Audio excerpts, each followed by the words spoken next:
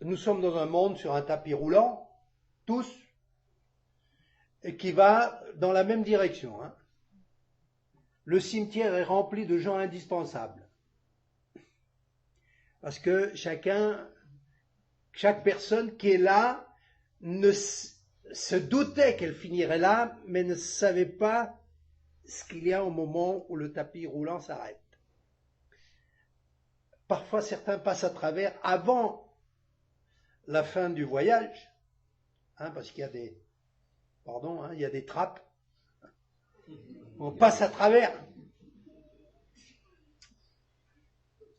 J'ai entendu ce matin qu'un proche d'une personne où on a été en visite, 50 ans, sportif, aucun symptôme de maladie, rien, s'écroule chez lui, on l'emmène à l'hôpital, rupture d'anévrisme. On a dit aujourd'hui que les médecins ont demandé s'ils pouvaient récupérer les organes. Bon, on a compris, hein. 50 ans, voilà. Et quelques secondes auparavant, il ne savait pas que la trappe allait s'ouvrir et qu'il passe à travers.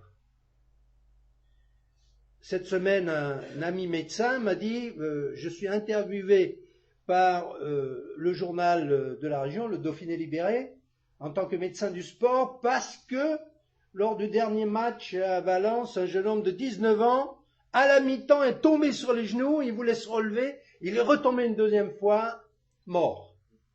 On ne sait pas pourquoi. 19 ans. Alors on se dit, oui, ça arrive toujours aux autres. Eh ben non, un jour ça nous arrive à nous, puisqu'on ne sait pas à quel moment arrive la fin. Nul ne sait ni le jour ni l'heure. Alors, on ne veut pas agiter l'épouvantail, la peur de la mort, donc croyez, et puis surtout rejoignez notre groupe, parce que là, vous êtes en sécurité. Non. Si vous rejoignez le peuple de Dieu, vous n'êtes pas plus en sécurité du tout. Les chrétiens meurent aussi, hein. Mais la différence, c'est que vous recevez tous les éléments pour vous préparer pour ce moment. J'apprends ce soir ce que Louis Bernard dit. Quand on donne la parole, on ne sait pas quel effet elle produit. On l'apprend beaucoup plus tard. Pas souvent, sur place. Donc, il s'agit de donner ce que Dieu met sur notre cœur et de laisser les effets au Seigneur. Lui, il sait. Alors, Dieu nous avertit, tantôt d'une manière, tantôt d'une autre. Le livre de Job dit, il le fait dans des rêves, il le fait par la souffrance, par les épreuves, parfois aussi par les réussites, par la prospérité, parce qu'il y en a qui savent, j'ai pas mérité ça, et pourtant, ça a marché pour moi. Pour d'autres, c'est quand ils sont dans la difficulté, derrière les barreaux, ou sur un lit d'hôpital, qu'ils commencent à réfléchir. Alors Dieu utilise toutes sortes de moyens pour ne pas nous prendre par surprise. Hein. Il avertit, parce qu'il ne fait rien sans avoir averti son peuple. Alors, Marius nous a donné ce soir quelques, je dirais, secrets spirituels. Savoir les puissances qui gouvernent ce monde, le prince de ce monde, qui a tous les royaumes à sa disposition, quels qu'ils soient, y compris le royaume religieux, déteste que quelqu'un dénonce ce qu'il a fait dans sa vie. Il nous laissera tout faire, il nous laissera chanter des cantiques, ça ne le dérange pas, il nous laissera lire la Bible, il nous laissera prêcher, il nous laissera chanter, prier, ça ne le dérange pas. Mais là où le combat va véritablement commencer, c'est quand nous allons dénoncer ses œuvres dans notre vie. Alors là, c'est la déclaration de guerre avec une affaire de mort ou de vie. Hein. Et nous avons toujours à nouveau, j'ai pu le vérifier chez moi-même, ce que Marius dit, je l'ai vécu, c'était clair, puisque à 20 ans, par un accident de circulation, les médecins avaient dit, il ne passera pas la nuit. Ils me l'ont dit après, ils n'espéraient pas que je survive. Mais cette nuit-là, alors qu'on me transportait à l'hôpital et que j'étais totalement conscient, perdant mon sang par je ne sais combien de plaies dans mon corps, j'ai vu tous mes péchés. Tous, depuis mon enfance. Tous les vols. J'ai réentendu toutes mes paroles, tous les mensonges, les blagues moqueuses, la haine, les bagarres. Parler des bagarres à l'école. J'ai encore maintenant des dents cassées dans ma bouche à cause de castagnes qu'on s'est échangées. Toute la fausseté. J'ai revu, quand on regardait derrière les trous de serrure, le voyeurisme, tout ça. Hein. Ah ben, personne n'est au courant, bien sûr. Mais cette nuit-là, tout était devant moi comme un film en 3 dimensions. J'ai réentendu toutes les paroles que j'ai dites. Et vous savez, on en dit beaucoup. Hein. Et Jésus a dit, nous devons rendre compte pour chaque parole vaine que nous avons prononcée. Hein. J'ai vu mes pensées, mes actions, mes réactions. Et je savais que j'allais direct en enfer. Il n'y avait même pas besoin que quelqu'un me le prêche. Je savais que j'étais sur la pente pour le feu éternel. Et si Dieu n'était pas intervenu cette nuit-là pour me rattraper au dernier moment, in extremis, eh bien, je ne serais pas là ce soir.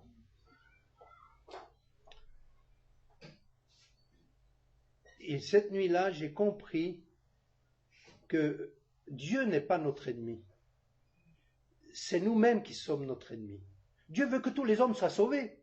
Il ne veut pas que le pécheur meure, mais qu'il change de vie et qu'il vive. C'est clair pour moi. Et au moment où j'ai reconnu mon péché, le changement est arrivé. Et ça, c'est un processus qui continue. Marius a dit tout à l'heure, j'ai pas fini, moi non plus. Hein.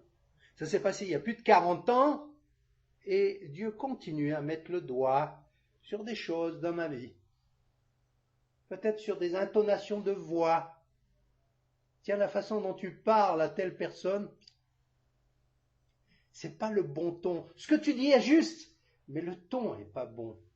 Le ton montre que tu es irrité, que tu es dur, que tu manques de compassion, etc., etc. Pardon Seigneur, pardon mon frère, pardon mon voisin, pardon quiconque, quoi. Hein. Combien nous sommes enclins à tout de suite nous justifier. Hein, j'ai raison, j'avais la priorité. Bien sûr, on le marquera sur ta tombe. J'avais la priorité. Bah oui, tu as raison, mais ça t'a coûté la vie. Alors ça te sert à quoi? Donc, l'humiliation. Dénoncer le péché dans notre vie, c'est-à-dire ce que personne ne sait. Le diable est cela. Pourquoi? Parce qu'il sait que là, il perd le pouvoir. Il ne peut plus avoir accès à notre vie, il ne peut plus nous manœuvrer, il a perdu les rênes de notre vie quand nous le dénonçons. Et ça coûte. Hein. La qualité de quelqu'un qui a réellement l'Esprit de Dieu, c'est son humilité. Hein. C'est pas son grand savoir, c'est pas les miracles, c'est pas les signes et les prodiges, la prophétie où on dit à l'avance sur des centenaires ce qui va se passer. Non, la caractéristique de quelqu'un qui est connu de Dieu, c'est que il est humble. Apprenez de moi, dit Jésus, je suis doux et humble de cœur. Et l'humilité vient par l'humiliation. Il n'y a pas de mystère. Nous ne pouvons pas avoir l'humilité sans humiliation. Or, qu'est-ce qui nous humilie le plus, si ce n'est de reconnaître nos fautes? Il n'y a rien qui nous humilie plus que de dire, pardon, j'ai mal réagi, j'ai mal agi, j'ai mal pensé, j'ai mal parlé, etc. Et ça, c'est un processus de purification que Dieu continue dans notre vie. Pour la plupart peut-être nous ne nous connaissons pas, chaque être humain est son propre univers. Hein. Et on ne peut pas y entrer, si ce n'est parce que la personne nous permet d'entrer. Et même si on entre dans la vie de la personne, on peut continuer à jouer. Et l'autre ne nous connaît pas. Que de couples se sont séparés au bout de dizaines d'années parce que l'autre tout d'un coup découvre, mais qui ne connaissait pas son conjoint. Hein. Elle dit, ben, je pensais pas que tu étais capable de ça. Même pas, de ça. Eh oui.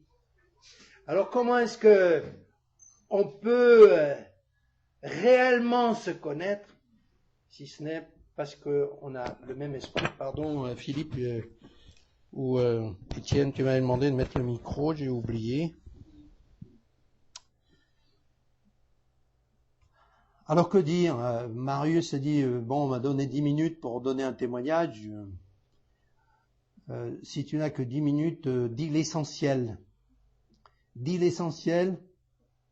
Si je peux résumer ma vie, c'est que l'expérience essentielle, c'est justement que Dieu m'a pardonné mon péché. C'était le sommet de ce que je connais de Dieu, c'est que Dieu pardonne notre péché. Et je ne vais pas définir ce qu'est le péché, chacun le sait. Hein. C'est ce que ta conscience te ramène régulièrement en disant là, tu t'es trompé, là, tu as mal agi, là, tu as... etc. Bon, on ne va pas rentrer dans les détails. Et que Dieu vient et dit, je te pardonne. Va, mais ne recommence pas. On a besoin de sa force, comme on l'a entendu, la force est en Christ, pour affronter le monde, pour affronter les puissances, pour s'affronter soi-même. Parce que nous sommes, nous, notre plus grand ennemi. Je me méfie le plus de la personne qui se tient là. Pas des autres. Les autres sont pas tellement dangereux. Le monde, le diable, pas tellement dangereux. C'est le péché qui est dans ma chair qui est dangereux. Pierre avait dit à Jésus, quand Jésus dit, vous allez tous m'abandonner, il dit, oh, non, Seigneur, pas moi. Les autres peut-être, mais pas moi. Il dit, cette nuit même, avant que le coq ne chante 2 fois, tu auras dit 3 fois que tu ne me connais pas. Ah non. Sous-entendu, Seigneur, tu ne me connais pas. Non, Pierre, tu ne te connais pas. Et cette nuit-là, bien sûr, nous avons entendu que Pierre l'a renié. Et quand il a réalisé simplement parce que le regard du Seigneur l'a croisé, Jésus n'a même pas dit un mot. Il a juste regardé Pierre. Et Pierre a compris, il est dit qu'il sortit et pleura amèrement. Un homme qui n'a jamais pleuré n'est pas véritablement un homme. Jésus pleura est le verset le plus court dans la Bible. Jésus pleura par compassion probablement pour cette famille qui perdait un membre cher, mais certainement pour d'autres raisons encore qu'il pleurait. Il n'a pas pu pleurer sur son péché, mais il a certainement pleuré sur le péché des autres, puisqu'il a pleuré sur Jérusalem. Il dit, combien de fois j'ai voulu rassembler tes enfants comme une poule rassemble les poussins, mais vous ne l'avez pas voulu. Jésus versa des larmes sur un peuple rebelle qui ne veut pas de lui. Il verse des larmes pour un peuple qui se révolte contre lui, qui ne veut rien de lui. Et il se réjouit. Les anges chantent dans le ciel, s'il y en a un qui dit « Pardonne-moi, pauvre pécheur que je suis ». Voilà. Si on veut réjouir le ciel, il faut pleurer sur son péché. Alors, quand après cet accident, le Seigneur m'a appelé à travailler pour lui, j'avais un métier qui m'aurait permis de bien gagner ma vie. Et le Seigneur m'a appelé à aller annoncer sa parole. Je lui avais promis en tant qu'enfant, à l'âge de entre 10 et 12 ans, et Dieu a pris note. Il a dit, bien, va, je serai avec toi. On s'est engagé de tout notre cœur dans le travail pour le Seigneur. Je suis marié, Christine est là. Dieu nous a donné 4 enfants. Ils sont aujourd'hui tous mariés. Récemment, nous avons eu notre 10e petit enfant. On a 10. Et c'est une faveur qu'il nous fait de voir que les enfants et les petits-enfants veulent suivre la voie du Seigneur. Non pas parce que nous les avons endoctrinés, mais parce que nous avons dit, avec ma femme, nous ne voulons pas que notre vie soit le contraire de ce que nous annonçons. Nous ne voulons pas qu'un jour nos enfants devant Dieu disent « Moi, je n'ai pas voulu de Dieu quand j'ai vu mon père et ma mère vivre ensemble. » Merci. Au contraire, il dit « Mais quand j'ai vu la façon dont mes parents vivaient l'un avec l'autre, j'étais convaincu que c'est là le chemin. » Parce que Jésus dit « Si 2 d'entre vous sur la terre se mettent d'accord, ils peuvent demander ce qu'ils veulent, mon Père le leur donnera. » Est-ce que nous réalisons la puissance d'une telle promesse? Seulement 2 sur terre qui sont d'accord, ils peuvent demander ce qu'ils veulent. Pourquoi est-ce qu'il y a si peu de réponses aux prières? Est-ce que c'est parce qu'on ne demande pas? Mais si, on demande. Est-ce que c'est pas parce que nous sommes pas sur la terre? Si, nous sommes sur la terre. Est-ce que c'est parce que nous ne sommes pas 2? Mais si, que nous sommes 2. Regardez le nombre de couples que nous sommes. Mais pourquoi Dieu ne répond pas? C'est parce que nous n'avons pas trouvé la clé de ce commun accord. S'ils sont d'accord, et le mot d'accord, là, a donné en français le mot symphonie. La symphonie, une même voix, c'est-à-dire on joue la même mélodie, mais avec des instruments différents. Si on joue des instruments, même si on joue le même instrument avec une mélodie différente, c'est une cacophonie. Et le diable, il ne peut pas supporter qu'il y ait 2 personnes sur la terre qui s'entendent. Vous comprenez pourquoi il y a une telle attaque contre les couples, hein? Le diable, il est affairé jour et nuit pour dynamiter les couples. Il n'a pas pu supporter qu'Adam et Ève s'entendent au paradis. Tout de suite, il est rentré au milieu, il a séparé les 2 et on sait tout ce qu'il y a eu comme conséquence. Et il en sera de même aujourd'hui. S'il y a 2 personnes qui s'aiment et qui sont d'accord, il ne peut pas le supporter. Il va mettre tout en œuvre pour mettre la zizanie.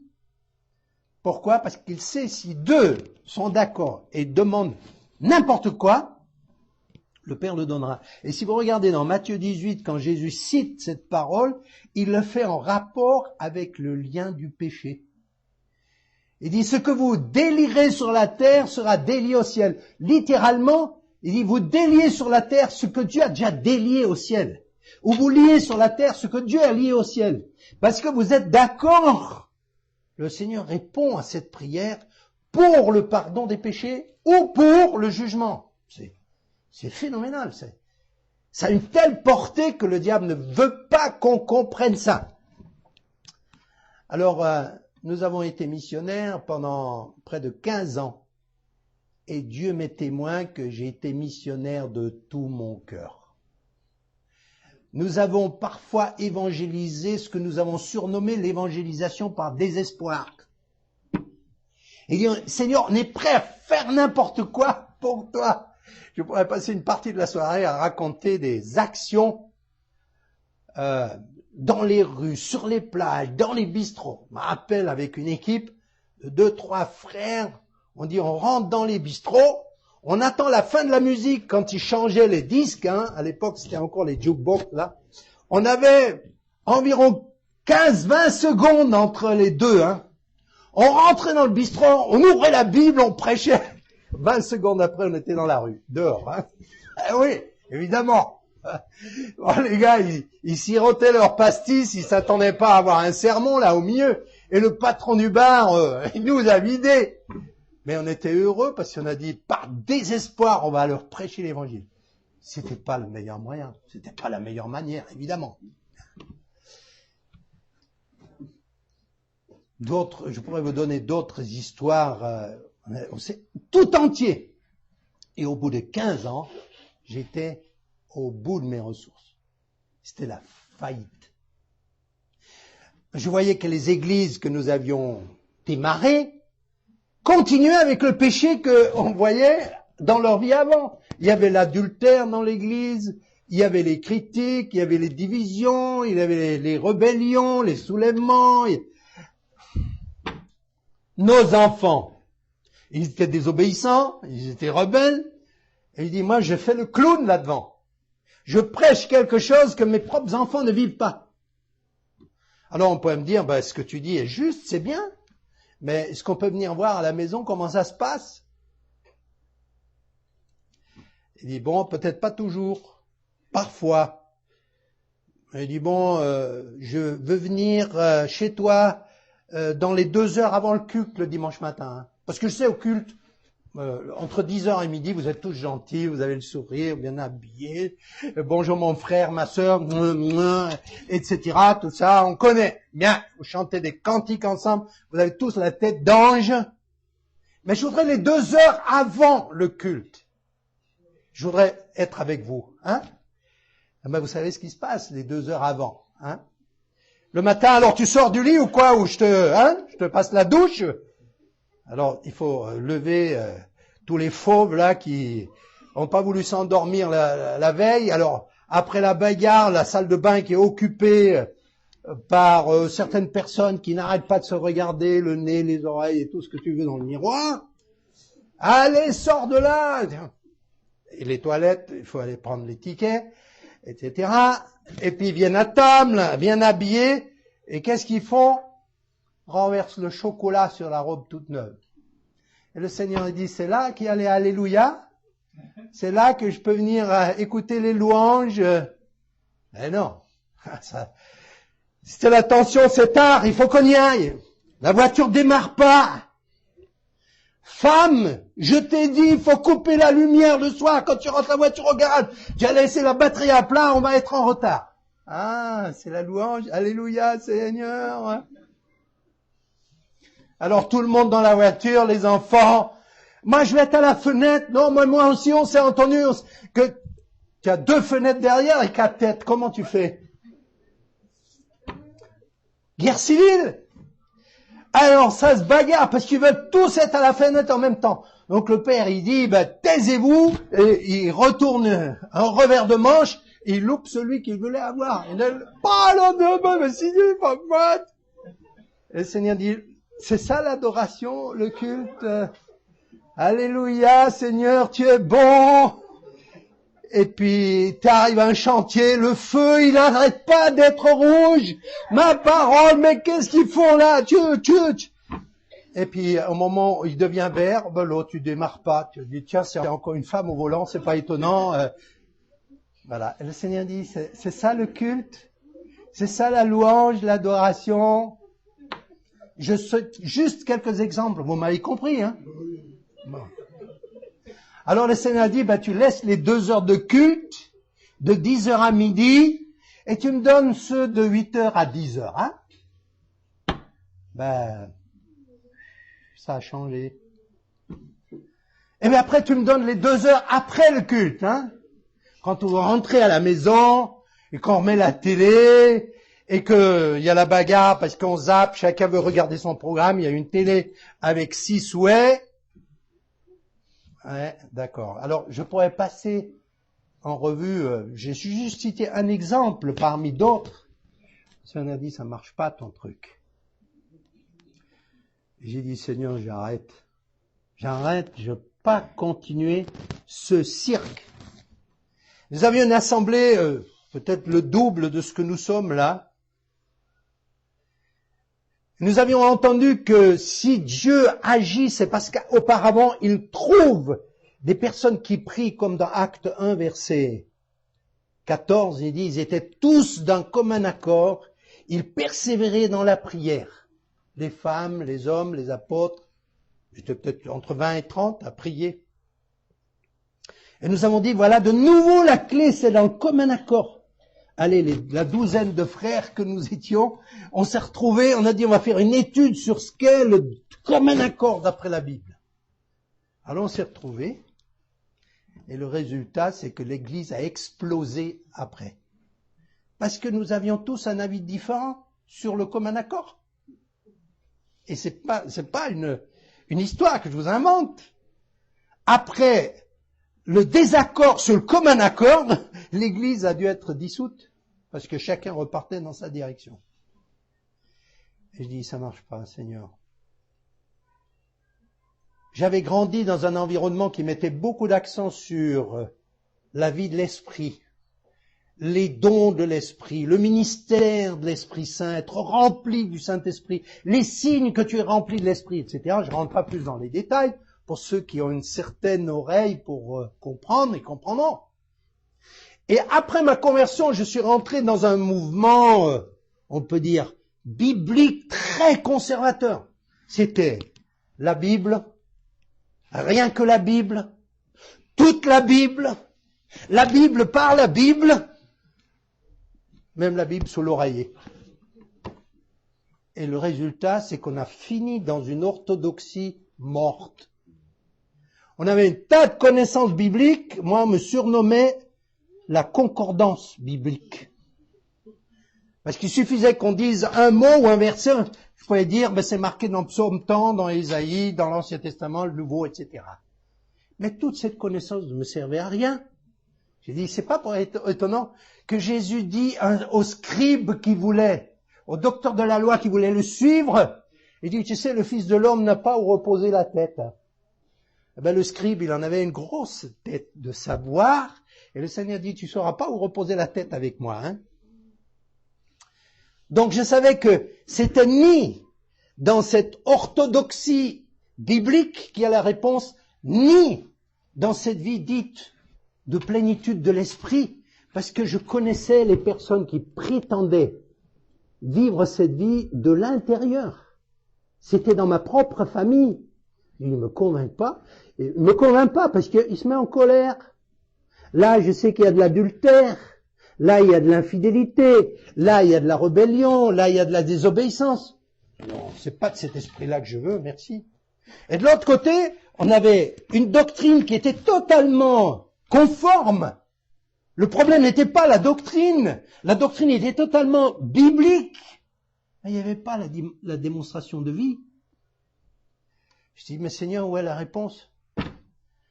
Au bout de 15 ans de vie missionnaire, j'étais désespéré. Et j'ai cherché. Et j'ai commencé à lire tout ce qui me tombait sous la main. Tous les réveils spirituels, que ce soit en Corée, en Afrique, en Angleterre, en Écosse, en Amérique. Je peux vous citer tous les noms, que ce soit Jonathan Edwards, que ce soit le pays de Galles avec Evan Roberts, que ce soit au Kenya, en Ouganda, avec les instruments que Dieu a utilisés là, en Corée, au Canada, etc., etc. Mais c'était toujours le passé. Je dis, c'est merveilleux, c'est formidable. Quand Dieu descendait et se manifestait, c'était pas forcément toujours les signes, les prodiges et les miracles, mais c'était toujours une conviction de la sainteté de Dieu, une conviction de péché personnel. Et il n'y avait pas besoin de dire, Dieu est là, Dieu est là. Non, quand Dieu est là, il le dit lui-même, hein. Il est assez grand, hein. Il n'a pas besoin de nous. Et tout le monde est conscient. Dieu est là. On est conscient de cette sainteté, cette lumière, cette vie, cette simplicité. Il y a tout ensemble, quand on sait, c'est Dieu. Et je dis, mais c'est toujours dans le passé. Nous, on vit maintenant, à ce moment-là, c'était au XXe siècle, mais comment est-ce que moi je peux le vivre? Et alors, un jour, un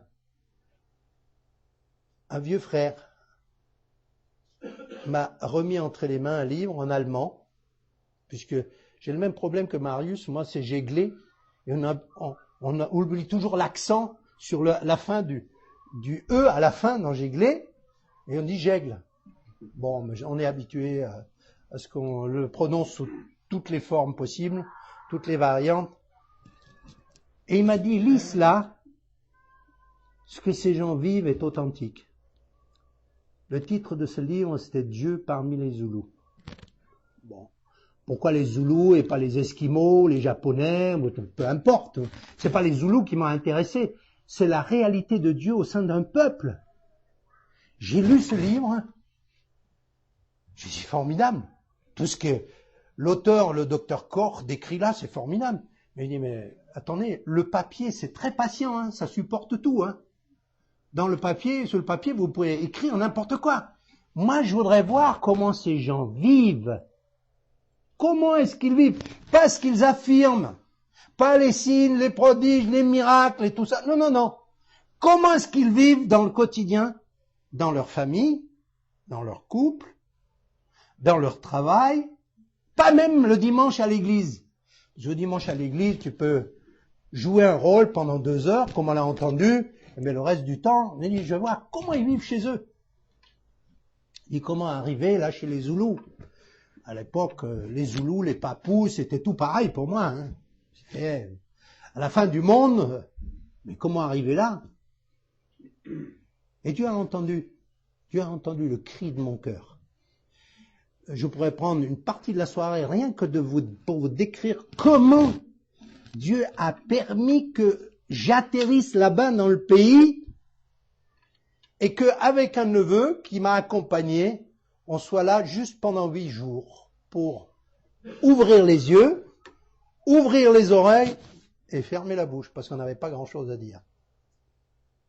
Et ces quelques jours de vie au milieu de ce peuple africain, mélangé, noir, blanc, métis, indien, a bouleversé ma vie, a changé complètement les valeurs pour ma vie personnelle, pour ma vie de famille, pour mon travail missionnaire, etc. À tel point que j'étais arrivé au stade où je disais, quand je suis revenu vers mes frères, j'ai dit, frère, je ne suis pas sauvé. Je ne suis pas converti. Ils m'ont regardé avec des grands yeux, ils ont dit, ce coup-ci, il est devenu fou. Ça fait 15 ans qu'il est missionnaire, il revient nous dire, mais je suis pas sauvé, je suis pas converti. Bon, à l'époque, je l'ai formulé avec le langage que j'avais. Je voulais dire par là, je ne vis pas ce standard de vie chrétienne que j'ai vu là. J'ai vu, j'ai entendu. Et le texte que j'avais prévu de lire, c'est le texte des bergers. Quand les anges leur ont dit, voilà, à Bethléem, il vous a mis un sauveur, Christ le Seigneur, vous le reconnaîtrez de telle et telle façon, les bergers disent, on va aller voir. Et les bergers laissent leur troupeau, leur activité, ils laissent tout, et ils vont probablement de nuit à Bethléem pour aller voir l'enfant. À cette époque-là, qui se préoccupait de ça? Qui était au courant? Aujourd'hui, on lit cette histoire dans le monde entier. 97% de la population mondiale peut lire ce récit, parce que la Bible est arrivée à au moins 97% de la population mondiale dans leur langue. Il reste 3%, le Seigneur a dit, quand ces 3%, quand les 100% sont atteints, il faut s'attendre à ce qu'il y ait un certain nombre d'événements et de bouleversements qui se passent. Mais laissons cela, c'est pas mon thème ce soir. Eh bien, lorsque les bergers ont vu et entendu, ils sont retournés et ils ont répandu la nouvelle. Lorsque nous avons rencontré ces gens tout simples, beaucoup d'entre eux complètement analphabètes, savent pas lire, savent pas écrire, mais lorsque ils donnaient la parole, même des enfants, j'ai dit, il faudra que je revoie ma théologie, hein. Parce que j'avais jamais vu, jamais entendu des textes, des écritures tout simples, transmis avec une telle, à la fois profondeur, avec une telle clarté, avec une telle rigueur. Il faut que je revoie complètement ma vie. Et j'ai laissé la place à Christine, mon épouse. Je suis toujours reconnaissant de pouvoir l'amener avec moi quand c'est possible, parce qu'elle est engagée à temps complet, la plupart du temps dans une école, qui a démarré il y a une quinzaine d'années. Et aujourd'hui, on est absorbé complètement, on peut dire, avec toute l'Église dans cette école. Je dis souvent, si vous voulez mobiliser une Église, ouvrez une école. Alors là, vous avez du travail sûr pour chacun. Donc je suis reconnaissant qu'elle puisse être là. Et je lui ai proposé qu'elle nous dise, elle, comment elle a vécu ce changement en tant qu'épouse, parce que on peut dire, oui, le mari a bien parlé, beau parler, mais on aimerait entendre ce que dit la sœur, là. Qu'est-ce que la sœur a vécu? Hein, puisqu'il y a pas mal de sœurs, hein, comme généralement c'est le cas, elles sont majoritaires, hein, la population mondiale, mais encore beaucoup plus dans les réunions chrétiennes. Hein.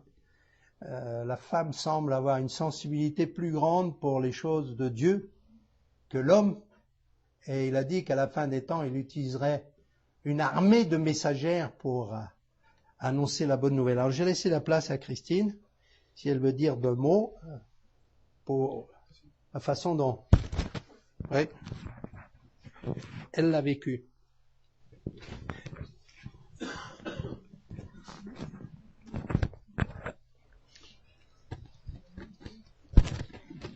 Bonsoir, j'ai bien l'habitude de parler, mais puisqu'on me demandait, j'aimerais juste mentionner 2 ou 3 choses que nous avons vécues au retour de notre voyage en Afrique du Sud, quand nous sommes allés sur cette mission. Nous y sommes allés en famille ensuite, et comme l'a dit mon mari, bon, c'était une famille entre guillemets normale, avec des disputes, avec des cris, avec des colères. Et une des choses que nous avons apprises, non seulement apprises, mais aussi vécues, c'est que on pouvait avoir la victoire. On pouvait avoir la victoire sur la colère, sur la dispute. Et c'est ce que nous avons essayé de vivre en famille. Et par la grâce de Dieu, nous avons pu, ensemble, avec les enfants, apprendre à ce que la dispute soit sortie de la famille. Cela est possible seulement si je veux. Dieu ne fait rien si nous ne voulons pas. Il a dit à plusieurs reprises dans le Nouveau Testament, quand Jésus était avec les malades, il a dit « Que veux-tu » ? Et donc après, comme l'a dit mon mari, après un certain temps de ministère, on a dû comprendre et vivre qu'on pouvait avoir la victoire si nous voulons. Ça se fait pas forcément d'une minute à l'autre, mais ça se fait. Il faut simplement qu'on le veuille et qu'on y croit. Si on n'y croit pas, on l'aura pas. C'est impossible. La deuxième chose que je voulais mentionner, c'est que la bénédiction de Dieu ne vient que si nous obéissons. Il ne peut pas y avoir de bénédiction s'il n'y a pas d'obéissance. C'est impossible. La bénédiction ne vient que si nous obéissons. J'aimerais juste lire quelques versets dans Matthieu 3, chapitre 3, versets 13 à 15, où il est question de Jean-Baptiste. Quand Jésus est venu pour être baptisé, Jésus vint de la Galilée au Jourdain vers Jean pour être baptisé par lui. Bien sûr, je pense que j'aurais fait comme Jean, et nous aurions tous fait comme Jean, parce que pourquoi Jean baptisait pour la repentance, pour que les gens se repentent de leurs péchés, et Jésus vient vers lui, et sa réaction est tout à fait normale. Il dit, Jean s'y opposait, en disant, c'est moi qui ai besoin d'être baptisé par toi, et tu viens à moi. Et donc, je pense que c'est la description de chacun de nous. Souvent, on s'oppose au Seigneur. Souvent, on s'oppose à ce qu'il dit, à ce qu'il fait. Et c'était mon cas aussi pour différentes situations. Et Jésus lui a dit, laisse faire maintenant, car il est convenable que nous accomplissions ainsi tout ce qui est juste. Et Jean ne lui résista plus. Et dès que Jésus était baptisé et sorti de l'eau, et voici les cieux s'ouvrir, et il vit l'Esprit de Dieu descendre comme une colombe et venir sur lui. La bénédiction que Jean-Baptiste a reçue est venue après qu'il ait laissé faire le Seigneur, après qu'il ait obéi. Et je pense qu'on m'a demandé certaines choses que j'ai appris dans cette situation de réveil. Eh bien, c'est le deuxième point que je voulais mentionner, c'est que la bénédiction ne vient que par l'obéissance. si je n'obéis pas, je ne serai pas béni. C'est pas possible. Et pour cela, il faut que j'admette que Dieu est tout-puissant, qu'il est souverain, qu'il nous aime, et que toutes les situations par lesquelles nous passons sont, en tout cas, si pas voulues de lui, en tout cas permises pour que nous puissions aller plus loin. Ce n'est pas toujours facile, mais c'est une question d'obéissance. Et quand Dieu parle, nous avons besoin de lui obéir et de faire ce qu'il nous dit. J'aimerais juste mentionner une toute petite anecdote. Au début, quelques années après que nous ayons commencé, après être retourné d'Afrique du Sud, j'avais énormément de travail.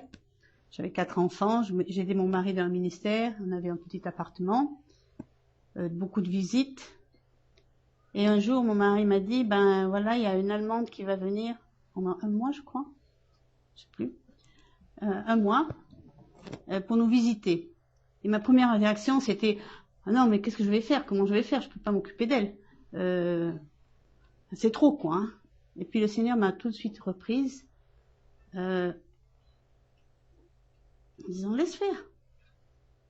Laisse faire. Et pour moi, c'était une montagne parce que je voyais pas comment encore m'occuper de cette personne, la promener éventuellement, etc. Puis cette personne est venue. Et cette personne n'a pas arrêté de la première minute à la dernière minute de m'aider. Et c'était pour moi une grande, grande bénédiction. Encore aujourd'hui, quand je la vois, je pense à ça. Laisse faire maintenant. Laisse-moi faire. Pourquoi tu te rebelles?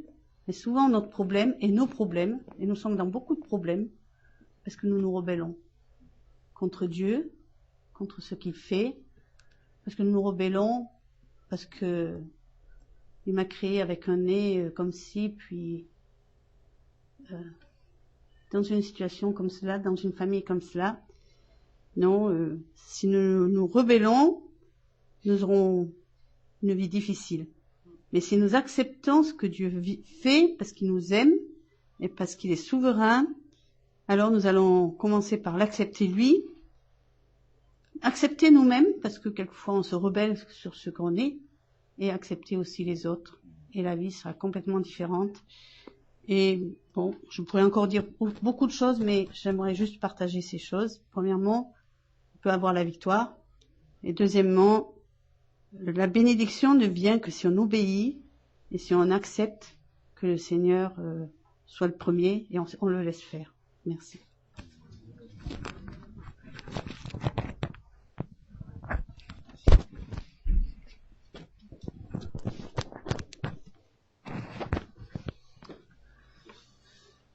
Donc je disais, quand j'ai lu le livre, j'ai dit je vais voir comment les gens vivent là. Je cherchais pas un nouvel enseignement, une nouvelle forme de piété.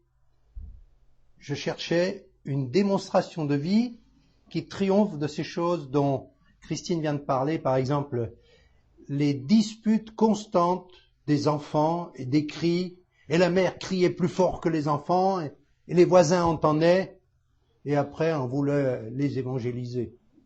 Ça court toujours. Merci beaucoup. On a été servi, on a entendu à travers les radiateurs, on a entendu à travers les parois mal isolées, les bagarres, les disputes et les cris qu'il y avait. Et une des premières choses, quand nous sommes allés là-bas, c'est le calme qui régnait dans la relation qu'avaient les gens les uns avec les autres. Hein, quand on parle de réveil spirituel, on pense, c'est beaucoup d'exaltation, du mouvement, des alléluia, des adorations, des louanges. Rien de tout ça. Même presque un silence gênant, pour pas dire un silence de cimetière. Mais ce n'est que plus tard que j'ai compris que Dieu ne pouvait pas agir parce que moi je parlais trop. Quand Dieu a dit, tu vas te taire, et m'a fermé la bouche en tant que prédicateur, c'est difficile. C'est difficile pour une femme de la faire taire, mais alors, pour faire taire un prédicateur, c'est encore autre chose. Et quand je me suis tu, Dieu a commencé à parler. Il n'a pas parlé comme moi je parlais. Et j'ai dit souvent à l'école biblique, j'ai appris à prêcher, mais dans ce temps de mise à l'écart avec le Seigneur, j'ai appris à me taire.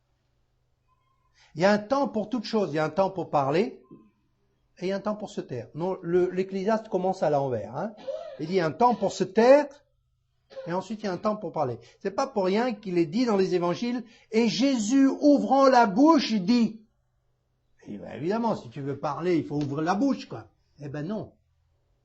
Jésus a parlé tout le long, parfois en ouvrant la bouche. Pourquoi? Parce que il dit, celui qui croit en moi, comme dit l'Écriture, des fleuves d'eau vive couleront, non pas de sa bouche, mais de son être intérieur.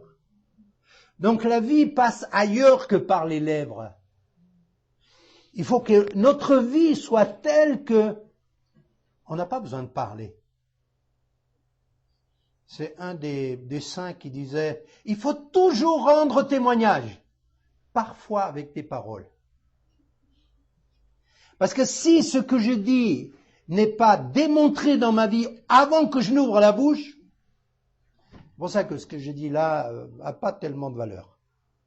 Ce qui a de la valeur, c'est justement quand tout va de travers. Et que le programme ne s'accomplit pas de 1 à 10 comme je l'ai prévu, mais qui commence par 12 et passe par 5 et peut-être arrive à 25, que je n'avais pas du tout prévu. Est-ce que je reste calme, confiant, serein, reconnaissant? Et non, c'est au-dessus des moyens humains, ce n'est que divin. J'ai besoin de cette démonstration de vie. La deuxième chose qui m'a renversé sur place, c'était cette vie de famille. Parce que j'avais parlé en France à différents serviteurs de Dieu de mon problème avec mes enfants, qui étaient rebelles, qui voulaient vivre dans le monde, qui ne voulaient rien savoir ou de moins en moins savoir de l'évangile. Je dis, mais je ne peux pas prêcher l'évangile si on me dit, il faut que l'ancien, quand il donne la parole, il donne la démonstration chez lui à la maison d'abord.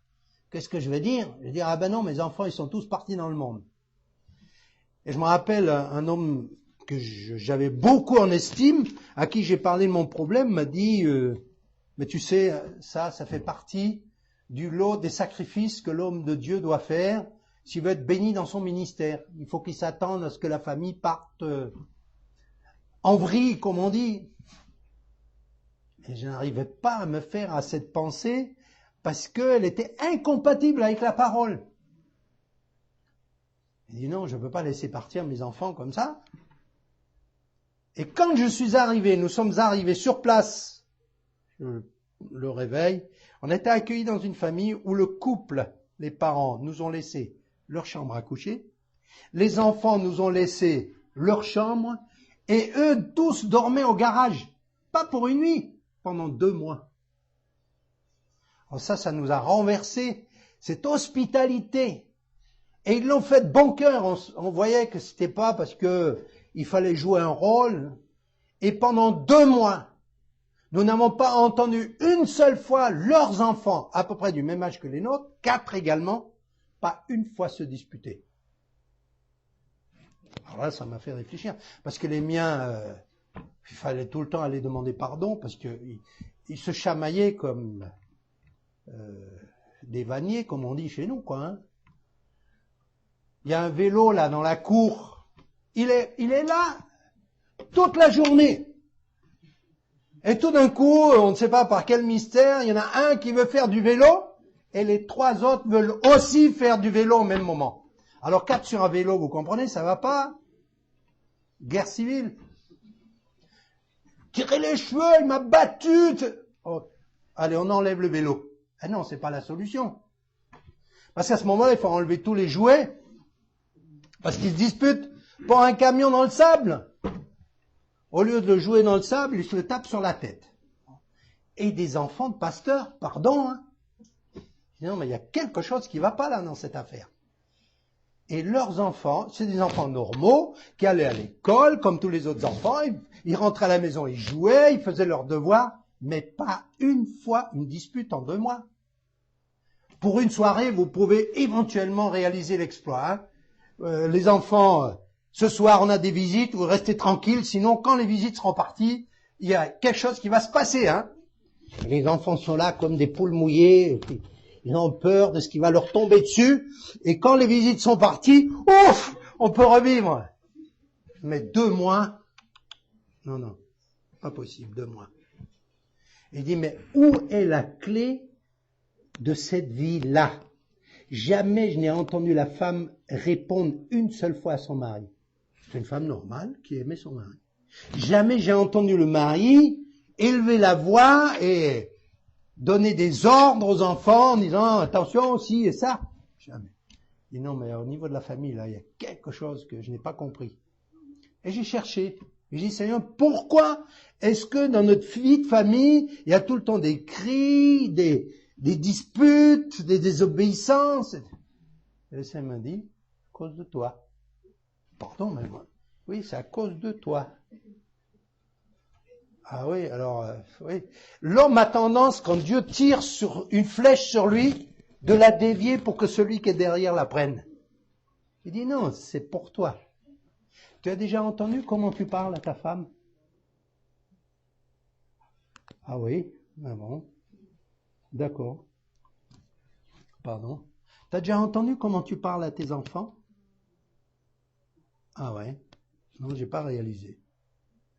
Et Marius disait tout à l'heure, il faut que les enfants entendent aussi leur papa dire « Pardonne-moi, là j'ai mal agi.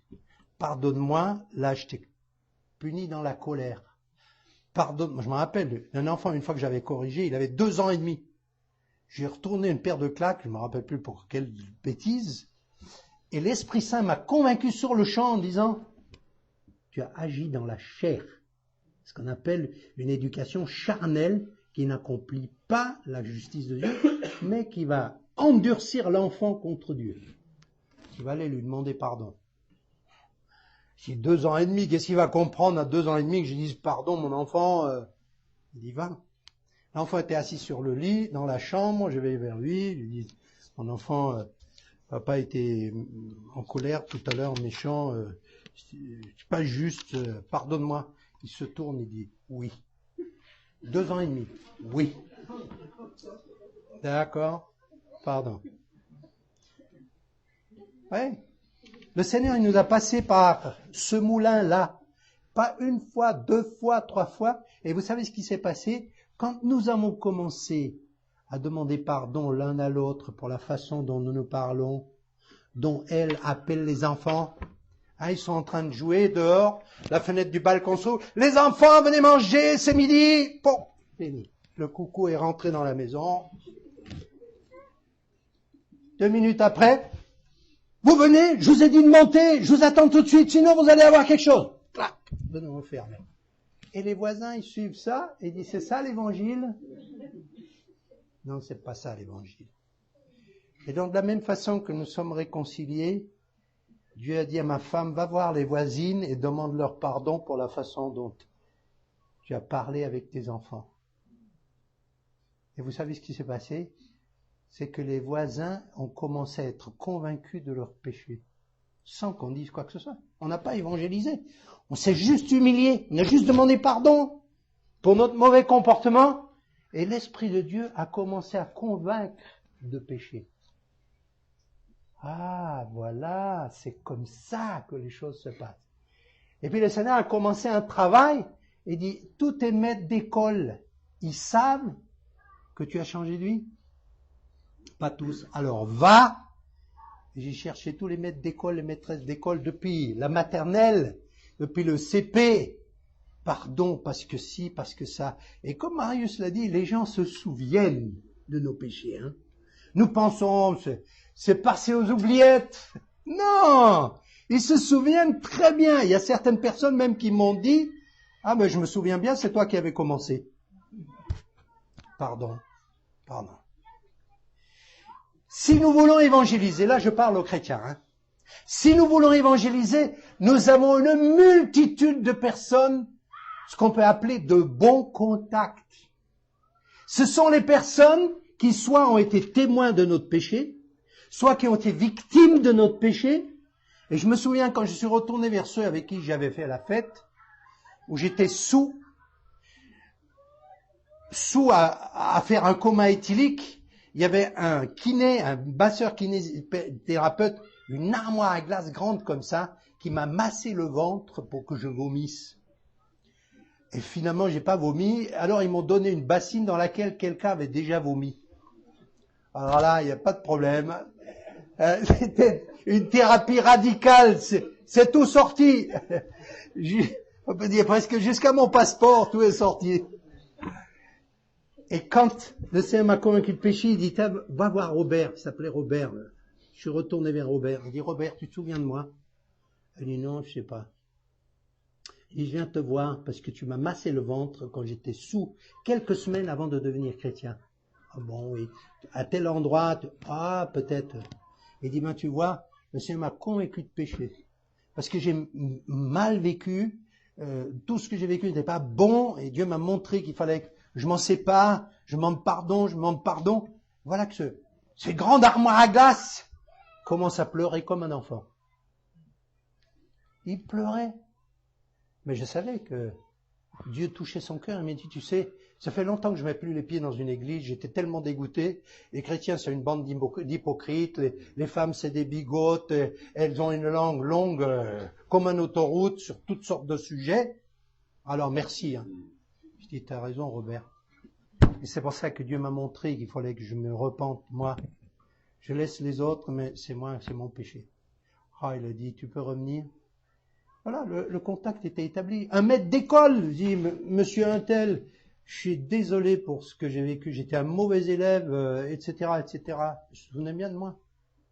Et il dit, vous êtes le premier élève dans toute ma carrière à être revenu me remercier parce que je l'ai appris à lire, compter et écrire. Ce qui me fait terriblement mal, c'est de voir des anciens élèves que j'ai eus changer de trottoir quand ils me voient venir parce qu'ils ne veulent pas me saluer. Vous voyez ?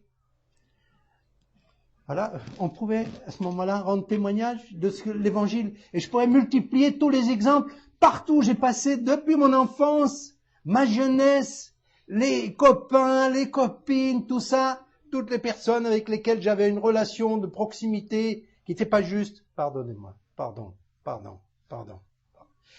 Combien de fois pardonnerai-je à mon frère? 7 fois? Non, 70 fois 7 fois. S'il vient me voir, eh bien, pardonne-lui. De reconnaître son péché, là où on a mal agi, nous libère de l'emprise de Satan sur nous. Cela nous donne une occasion de rendre témoignage de ce que le Seigneur a fait dans notre vie. Et c'est comme ça que Dieu nous a conduits dans la famille, chez mes frères, mes sœurs, mes parents, mon papa. J'argumentais avec mon père, j'étais converti, je croyais pas comme lui croyait pas comme moi. Ça faisait tout le temps des étincelles. Et le Seigneur m'a dit, Fernie, Dieu n'a jamais demandé que le fils convertisse son père. Il a dit, honore ton père et ta mère, afin que tu sois heureux, que tu vives longtemps dans le pays que l'Éternel, ton Dieu, te donne. Il n'a jamais dit, convertis ton père et ta mère. Ou encore moins, argumente avec ton père et ta mère. Oh Seigneur, pardon. Je suis retourné vers mon père, dit, papa, pardonne-moi pour ci, pour ça. Il dit, je te pardonne tout. T'as pas besoin de revenir. C'est tout pardonné. Et on a prié ensemble. Nouvelle relation. Et quand il est décédé, quelques heures avant qu'il meure, il dit, Fernie, je voudrais que tu parles sur ma tombe. Et pour moi, c'était le souhait, la prière de mon cœur. Le jour où mon père est enterré, que je puisse dire à tous les gens du village, pardon, parce j'ai pas bien vécu. Pardon pour tout ce que vous savez que nous avons fait, nous les garçons, avec nos parents. C'était pas juste. Et quand le Seigneur m'a donné cette occasion, les gens ont dit après, mais c'était pas un enterrement. On avait l'impression qu'on est à une noce. Et oui, parce qu'on a pleuré avec mon papa avant qu'il ne meure. Parce que pleurer au moment où il meurt, c'est pour ça que je dis souvent, offrez des fleurs à votre mère avant qu'elle ne meure. Sur le cimetière, elle l'appréciera plus. Quand est-ce qu'on a donné notre dernier bouquet de fleurs à nos proches? une tablette de chocolat, peut-être une revue, peut-être un objet qui fait plaisir. Pourquoi est-ce qu'on attend que les personnes meurent pour les honorer? Faisons-le de notre vivant. Quand elles sont mortes, il n'y a que le fleuriste qui gagne quelque chose. C'est pas qu'on soit contre les fleuristes, comprenez-moi bien. Mais ils gagneront autant si vous leur offrez des fleurs avant. Laissons cela. Le réveil, c'est ça, c'est l'Esprit de Dieu qui est libre en moi, comme on l'a entendu, d'agir comme il veut. Et puis, le Seigneur a continué. Je pourrais encore parler longtemps, puisque le thème ce soir, c'est témoin du réveil. Un autre point qui nous a complètement bouleversés, c'est le nettoyage de la maison. Je ne savais pas qu'il y avait tellement d'objets qui étaient des supports des esprits mauvais dans la maison. Ça commençait par le corps, notre propre corps, qui est le temple de l'Esprit Saint. Qu'est-ce qu'on met à ce corps qui appartient à Dieu? C'est sa maison. Je ne peux pas me coiffer n'importe comment. Seigneur, est-ce que ma coiffure est ce que tu veux pour honorer ton nom? Qu'est-ce que je mets dans mon visage? Qu'est-ce que je mets à mes mains, à mes bras, à mon cou, à mes jambes? Aujourd'hui, quand on voit combien de gens se font tatouer, il dit pourquoi est-ce qu'ils doivent mettre des chauves-souris, des hippocampes et je ne sais quoi encore sur leur épaule, sur leurs jambes? Pourquoi est-ce qu'il faut qu'ils percent le corps? Est-ce qu'il n'y a pas assez de trous dans le corps pour qu'on en mette de la tête aux pieds? Et je ne vais même pas mentionner tous les endroits où on peut en mettre. Et le Seigneur dit non, c'est mon temple. Tu ne t'appartiens pas toi-même, c'est moi qui habite en toi. Alors, encore aujourd'hui, on m'a connu prêchant blouson noir, pull rouge, jean, et la Bible, une barbe comme Karl Marx. Et le Seigneur dit, allez, tu enlèves tout ça. Et je me rappelle qu'un jour, quelqu'un a dit à ma femme, dis ton mari, il a vendu son blouson combien pour acheter un si beau costume? J'avais horreur de la cravate. La cravate. Ça ne veut pas dire aujourd'hui que je pense que la spiritualité passe par là, hein, du tout. Quand on était en Russie, on nous a dit, ce réveil ne peut pas venir de Dieu parce que les hommes portent des cravates. Oh, j'ai dit, si c'était si simple d'enlever la mondanité, je le fais tout de suite, hein. On enlève la cravate. Et puis après, quand on n'avait plus de cravate, ils nous ont dit, non, ce réveil vient pas de Dieu parce que les femmes n'ont pas de voile qui couvre assez leur tête. Ah bon, donc on a mis un voile, parce que c'était la coutume de l'Assemblée de porter un voile. Ce sont des règlements intérieurs d'une église à l'autre, hein. Il y en a qui prient avec des voiles sur la tête, ça me pose aucun problème, hein. J'ai dit à la sœur qui est venue il y a quelque temps chez nous, elle m'a dit, je suis convaincu de mettre un voile pour prier. Je dis, pas de problème, mets ton voile. Si le Seigneur te convainc de mettre un voile, mets-le. Mais attention, le jour où tu diras aux sœurs, pourquoi vous ne mettez pas de voile, tu vas avoir un problème, hein. Parce que si le Seigneur t'a montré à toi de mettre un voile, tu obéis à ce que tu dis, mais ne demande pas aux autres de faire la même chose. Si le Seigneur ne les convainc pas, sinon c'est ce qu'on appelle du légalisme. C'est comme si je vous disais, mais vous êtes tous une bande de païens parce qu'il n'y a pas de cravate ce soir. Il n'y a que ceux qui ont une cravate qui sont moins suspects. Ah bah ce serait facile, hein. Je suis sûr que si c'était ça, tous les frères, demain, à la prochaine réunion, ils viennent tous avec un nœud au cou. Non, pour moi, c'était la manière dont le Seigneur m'a fait passer par le moulin. J'avais une allergie par rapport à ce vêtement classique. Jusqu'à ce que j'ai compris que c'est une question d'obéissance. S'il me dit, demain, tu viens avec un chapeau melon, malheur à moi si je viens pas avec un chapeau melon. Et tout le monde va dire, tiens, Fernie, il fait le clown ici ou quoi? Non, si le Seigneur t'a dit, tu mets un chapeau melon, tu dis, Seigneur, mais qu'est-ce qui va me tomber dessus? Qu'est-ce que les gens vont penser? Ils vont se moquer de moi. Eh oui. Mais une fois que tu as passé ce cap où tu mets ton chapeau melon, le Seigneur dit, tu peux l'enlever, c'est fini, l'affaire est faite. Donc, ce que Christian a mentionné, c'est l'obéissance. Il dit, tu vois, dans la maison, il y a ces choses-là, c'est une abomination à mes yeux. Je vais pas le dire, parce que sinon les gens, ils vont commencer à le faire, mais c'est pas parce que Dieu leur a dit, c'est parce qu'ils imitent. Le Seigneur a passé dans la maison, il a dit, chaque objet de la maison va parler. Habakkuk dit, la poutre dans le toit va parler et la pierre dans le mur va lui répondre. Et oui, il dit, ben, ton papier peint, il vient d'où? Et tes meubles, tu les as eu comment? Et ton couvert? Je me rappelle de ce couple qui priait pour que Dieu agisse, qui se manifeste à travers leur ministère. Et ils ont prié. Et le Seigneur a dit, bon, vous voulez que je vienne? Dites-moi, les draps qui sont sur votre lit, là, vous les avez d'où?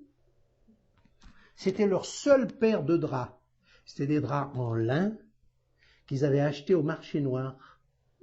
Il dit, oui, ils viennent d'où? Oui, mais on les a pris à un marchand de passage, et lui, il les avait d'où? Ah, oui, mais on lui a pas demandé. Il dit, donc, vous couchez sur des draps dont vous ne savez pas l'origine. Mais c'est de la bonne qualité, on les a eus pour pas cher, c'est les seuls que nous avons. Bon, vous demandez que je vienne au milieu de vous. Si le Seigneur met le doigt, ça ne veut pas dire maintenant on va tous brûler nos draps, quoi. Eh non! Mais pour eux, le Seigneur a mis le doigt sur quelque chose dans leur vie, et ils ont dit, allez, femmes, on sort les draps, on allume un feu derrière la maison, et ils ont brûlé les draps. Et Dieu a commencé à agir. Donc le Seigneur passait dans la maison, et il a mis le doigt sur beaucoup de choses. Je me rappelle une nuit, j'avais l'impression d'étouffer, j'avais comme quelqu'un qui me serrait la gorge. Je me suis levé, et comme d'habitude, je priais un livre de la Bible. Alors c'est bien. On va prier les Colossiens, on va prier les Éphésiens, on va prier les psaumes, on va prier, quand on n'a pas d'inspiration, la parole en a.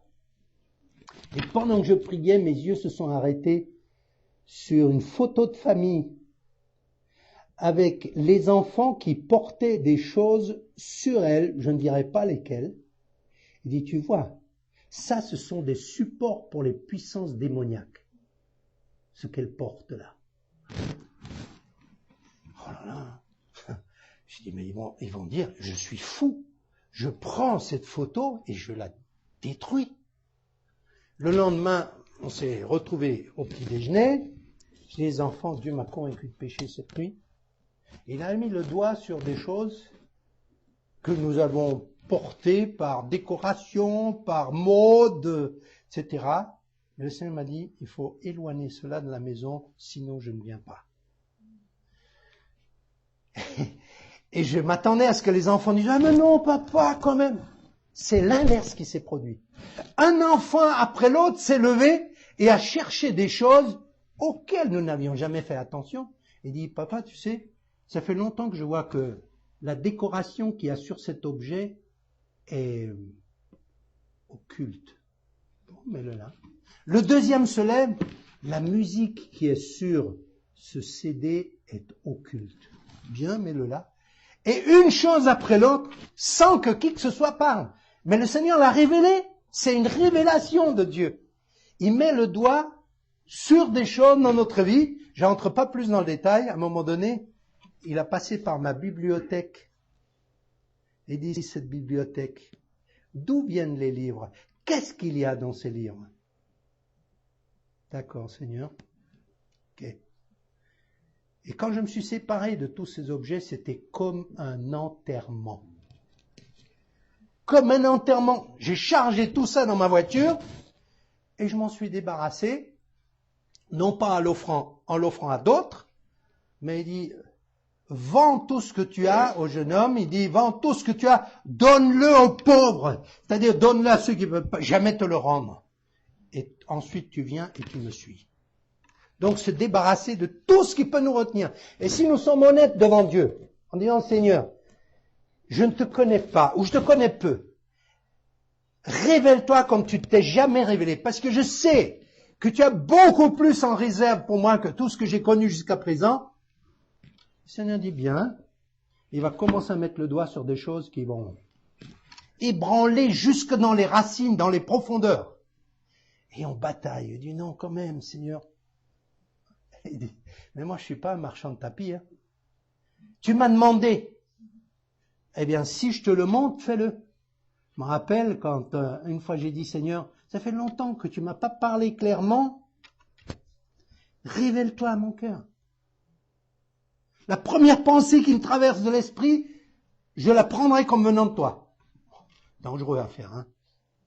Et effectivement, je me suis vu dans un supermarché avec un sac que j'ai ouvert, j'ai mis des affaires dedans, et je suis sorti par un passage où on ne payait pas. Je dis, Seigneur, c'est bizarre, quoi, c'est drôle, hein. Je lui dis, parle-moi et tu me montres que j'ai volé dans un supermarché. Il dit, tu oublies? Tu te rappelles quand, avec tes copains, un samedi soir, vous avez fait effraction dans une cave, chez une veuve, vous avez volé des choses dans la cave? Je dis, oui, oui. Il dit, tu l'as mis en ordre, ça? Bien reçu. J'ai pris le train, je suis allé dans la ville, 5000 habitants environ. Dans cette maison, on avait fait ça. Dans le train, je rencontre une équipe de jeunes et je reconnais l'un d'entre eux comme étant le frère d'un camarade de classe. Ah, j'ai dit, tiens, que devient ton frère? Il fait ci et ça. Et toi? Je fais des études. Et après? Ah ben après, j'espère être ingénieur. Et après? Ah ben après, travailler, la maison, la famille. Bien, après? On commence à se dire, mais où est-ce qu'il veut en venir? Et après, après, je serai vieux, je serai à la retraite. Et après?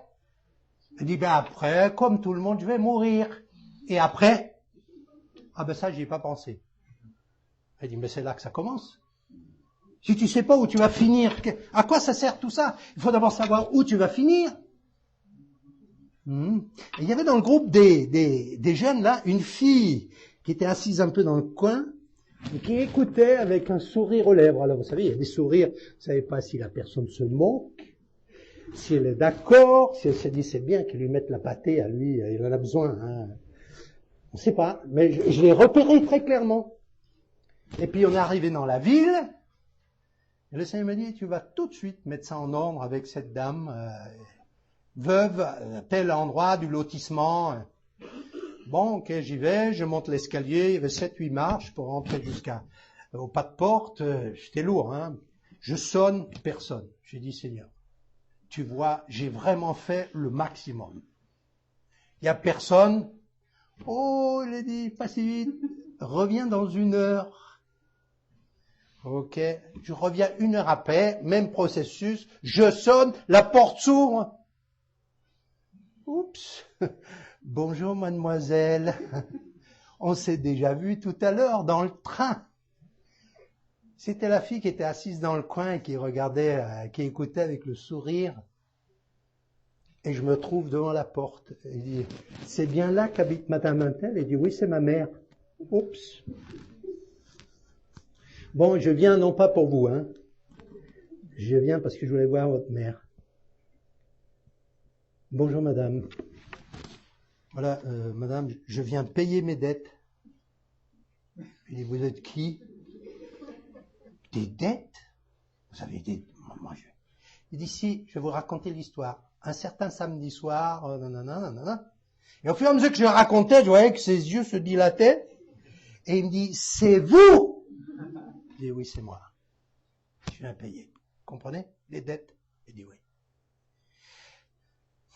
Bon, écoutez, allez, je vous fais cadeau. C'est des histoires de jeunesse, il faut que jeunesse passe. Ouais, mais ça m'excuse pas. Il dit, pourquoi vous faites ça? Ben parce que j'ai rencontré Dieu dans un accident. Ah, bon. Ah non. Je vous en fais cadeau. Et la fille vient, oh, il dit, vous pouvez me le donner à moi? J'ai dit, non! C'est pour votre maman, c'est pas pour vous. Maman, la maman, elle fera ce qu'elle voudra. Si elle veut vous le donner, c'est son affaire. Et moi, je vais payer ça. Donc, on a eu un échange. L'évangile libérateur.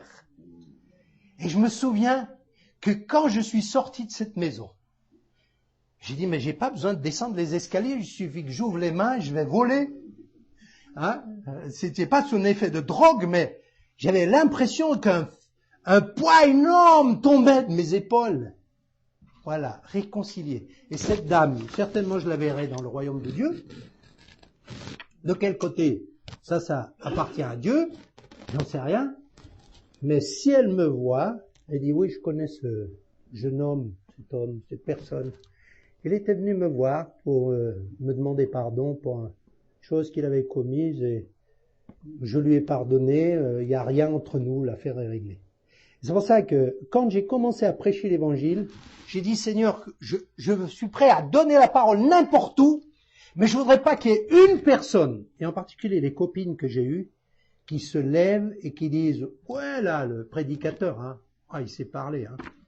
Mais moi, je vais vous raconter une autre histoire. Vous connaissez ici Paris l'enfant secret de telle star ou je sais pas, hein? Il dit non, je ne veux pas qu'il y ait une personne qui puisse venir et dire, ouais, tu codes bien, mais il y a ça. Et c'est ce que le diable veut garder dans notre vie. Comme cet homme qui a vendu sa maison, et l'ancien propriétaire a dit, je vous fais un rabais si vous me permettez de laisser un clou dans le couloir. Juste un clou. Vous l'avez 20% moins cher avec ce clou. Ah, il dit, mais à ce moment-là, je peux l'acheter. D'accord. Laisse le clou. Quelque temps après, l'ancien propriétaire vient et il accroche un vieux chapeau à ce clou. Oh, dans l'entrée, ça faisait pas très bien, quoi, hein, ce vieux chapeau de feutre, là, mais bon, c'était son clou à lui. Et il pouvait pas enlever le chapeau, parce que le clou appartenait à l'ancien propriétaire. Il avait eu la maison 20% moins chère. Quelque temps après, il revient et il dit, ah, mais j'ai un manteau là que j'ai utilisé pour aller à la chasse. Je vais pas le ramener chez moi, je peux l'accrocher ici à mon clou. Eh oui, c'était son clou. Alors non seulement il n'a pas récupéré le chapeau, mais il a mis ce vieux chiffon dans le couloir. Ça faisait vraiment désordre, hein. Mais c'était son clou. Quelque temps après, il revient de la chasse avec une musette. Il avait tiré un lièvre. Et il y avait un lièvre dans sa musette. Et il dit, oh mais le lièvre, je l'emmène pas tout de suite. Je vais accrocher la musette avec mon manteau et mon chapeau. Bon, s'il avait récupéré son lièvre dans la journée, pas de problème. Mais au bout de 3, 4, 5 jours, il venait toujours pas. Donc, vous voyez un peu ce qui se passait là dans la musette avec le lièvre. Encore un peu et on voyait sortir les mouches. Mais il y avait le clou. Ça répandait une puanteur dans toute la maison. C'était vilain quand on rentrait dans la maison de voir ce chapeau, cette musette, ce manteau, etc. Et puis, le propriétaire pourrait rien faire parce qu'il avait eu la maison moins chère à cause de ce clou. Jusqu'à ce que ils disent, écoutez, récupérez votre clou, voilà, je suis prêt à payer 20% plus cher, mais je ne veux plus garder ce clou dans la maison. Voilà ce que le diable fait avec le péché dans notre vie. S'il peut garder un clou, des choses qui se sont passées en secret, Paul dit aux Éphésiens, les choses honteuses qui se font en secret. Allez, le clou. Et tout le reste est bon, mais j'ai juste ce clou. Et le diable ne veut pas qu'on enlève le clou. Il le garde. Je finis avec une histoire que j'ai entendue dans le réveil.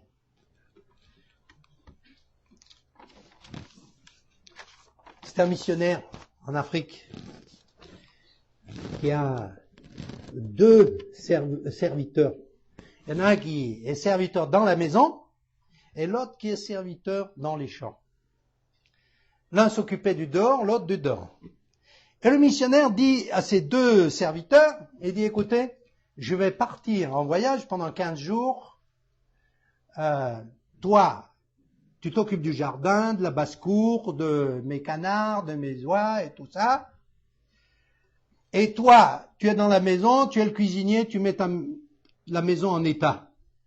Que ce soit tout nickel, tu fais la cuisine pour celui qui est dehors, pour qu'il mange à midi, le soir, le matin. Et puis, vous gérez le site pendant mon absence. D'accord. Et puis toi, il dit au garçon avant de partir, Tu oublies un peu ton lance-pierre. C'était un garçon, il aimait bien tirer les oiseaux avec la lance-pierre. Tu oublies un peu ton lance-pierre, et puis tu t'occupes du jardin. Bien. Il part, à peine il était parti, le jeune il part dans le champ, dans le jardin, et qu'est-ce qu'il voit? Il voit les canards qui arrivent vers la mare. Oh, il dit, ces canards, qu'est-ce qu'ils sont? Ils sont beaux. Il dit, j'en tirerais bien. Il sort son lance-pierre, met un caillou.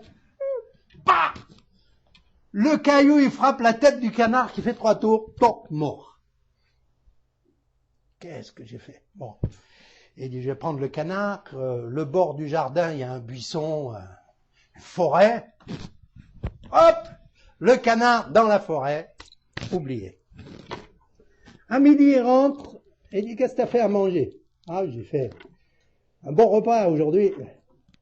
Mais avant de se mettre à table, tu vas aller me chercher l'eau. Mais non, moi chercher l'eau? Pas du tout. Ça, c'est ton travail. Non, tu vas chercher l'eau. C'est mon travail, mais c'est toi qui vas le faire. Non, non, non. Alors il dit, écoute, si tu vas pas me chercher l'eau, j'ai vu ce matin, hein, que tu as tué un canard du missionnaire et que tu as jeté le canard dans le buisson. Je l'ai vu, hein. Donc tu vas chercher l'eau, sinon je vais dire au missionnaire que tu lui as tué un canard. Bon, le voilà parti avec ses 2 seaux, il est allé chercher l'eau, et ils se sont mis à table, ils ont mangé, et il dit, bon, je retourne à mon jardin. Il dit, non, non, non, pas si vite. Tu vas faire la vaisselle? Il dit, non, la vaisselle, ça fait partie de ton travail, c'est pas le mien. Le canard. D'accord.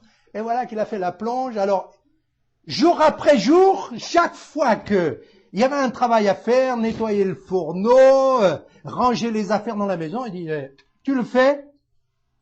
Et chaque fois que le jeune homme disait, non, je le fais pas, il disait, souviens-toi du canard. Finalement, le vieillard s'est assis dans son fauteuil et il a regardé travailler le jeune dans la maison et dehors. Et chaque fois que l'autre, il bougeait, il voulait pas faire, il dit, le canard. Et il dit, non, mais il me rend esclave, cet homme, à cause de ce canard. Qu'est-ce que je fais? Attends, j'ai trouvé. Lorsque le missionnaire est arrivé, il a couru vers lui, il dit, pasteur, je voulais confesser que j'ai tué un canard. Veuille me pardonner. Allez, oui. C'est bien passé autrement? Il dit oui. Mais je regrette d'avoir tué un canard. J'ai pas écouté ce que tu m'as dit. J'aurais dû laisser mon lance-pierre. Il dit bon, je te pardonne. Et voilà qu'il rentre dans la maison à midi et le vieillard lui dit cherchez l'eau. Il dit non, je cherche pas l'eau. Le canard. Et il dit ben le canard, c'est fini. Tu peux tout dire au missionnaire parce que je lui ai déjà tout dit. Et le vieillard a perdu sur le champ toute son autorité. Vous ne pouvez plus le tourmenter avec le canard. Et c'est pour ça que quand Marius a lu tout à l'heure ce texte, si nous confessons nos péchés, Dieu est fidèle et juste et nous pardonne. Et le diable ne peut plus nous accuser. Sur quoi est-ce que le diable nous accuse? Sur des péchés dans notre vie que nous avons couverts, que nous avons cachés. Et il fait de nous un esclave. Parce que, eh bien, il a raison. Il a tout vu. Il était là quand on a péché. Donc, il va prendre le péché pour nous accuser jour et nuit devant Dieu. Mais si nous confessons nos péchés, nous disons, Seigneur, voilà comment j'ai péché. Ça s'est passé comme ça, comme ça. Pardonne-moi.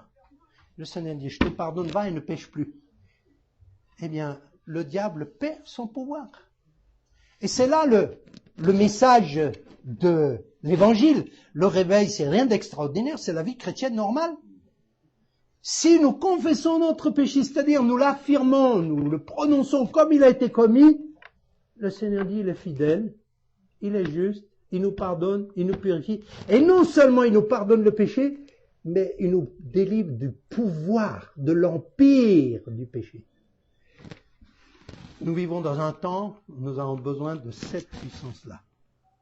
Et les bergers allèrent raconter partout ce qu'ils avaient vu et entendu.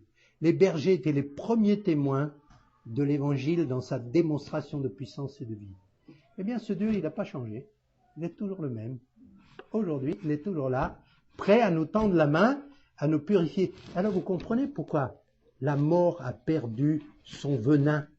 La mort a perdu son dard, son aiguillon, avec lequel il veut nous piquer et nous envenimer et nous faire mourir. Il a perdu la puissance. Il n'y a plus de puissance. Le Seigneur a enlevé à celui qui avait la puissance de la mort, le pouvoir, afin que nous ne soyons plus dans la servitude et dans la crainte. C'est pourquoi nous pouvons être pleins de confiance, aller vers l'avenir en disant, Seigneur, je ne manquerai de rien, je ne craindrai rien. Tu as dit que tu ne m'abandonnerais pas, et cela est à notre portée.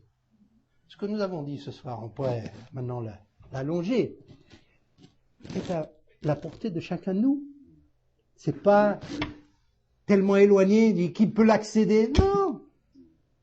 C'est en descendant que Dieu nous élève. Il dit, celui qui s'abaisse, le Seigneur l'élèvera. Mais celui qui s'élève, Dieu saura comment l'abaisser. Puisse le Seigneur nous faire la grâce de descendre, alors il pourra nous monter. Comme Joseph, il est d'abord descendu en Égypte, il est descendu en prison, et après, le Seigneur l'a élevé sur le trône. Nous voulons prier. Tu es un Dieu vivant, Seigneur Jésus. Merci pour tous ces témoignages. Et je sais que à qui tu as beaucoup confié, il sera beaucoup demandé. Seigneur, ce soir, nous avons entendu une nouvelle fois les richesses de ta grâce, que ce que tu veux faire pour nous. Tu es venu comme un Dieu qui délivre, un Dieu qui sauve, un Dieu qui purifie, qui sanctifie, parce que tu es tout, sagesse, justice, sainteté et rédemption. Et c'est pourquoi que cette parole que tu nous as donnée porte du fruit et du fruit qui demeure. Reste avec nous, nous t'en prions. Et continue à nous parler comme toi seul tu sais le faire. Pour le seul honneur de ton nom, nous t'en remercions. Amen. Merci beaucoup pour le privilège d'avoir pu partager ces quelques pensées, richement et au-delà de tout ce que nous pouvons attendre et demander.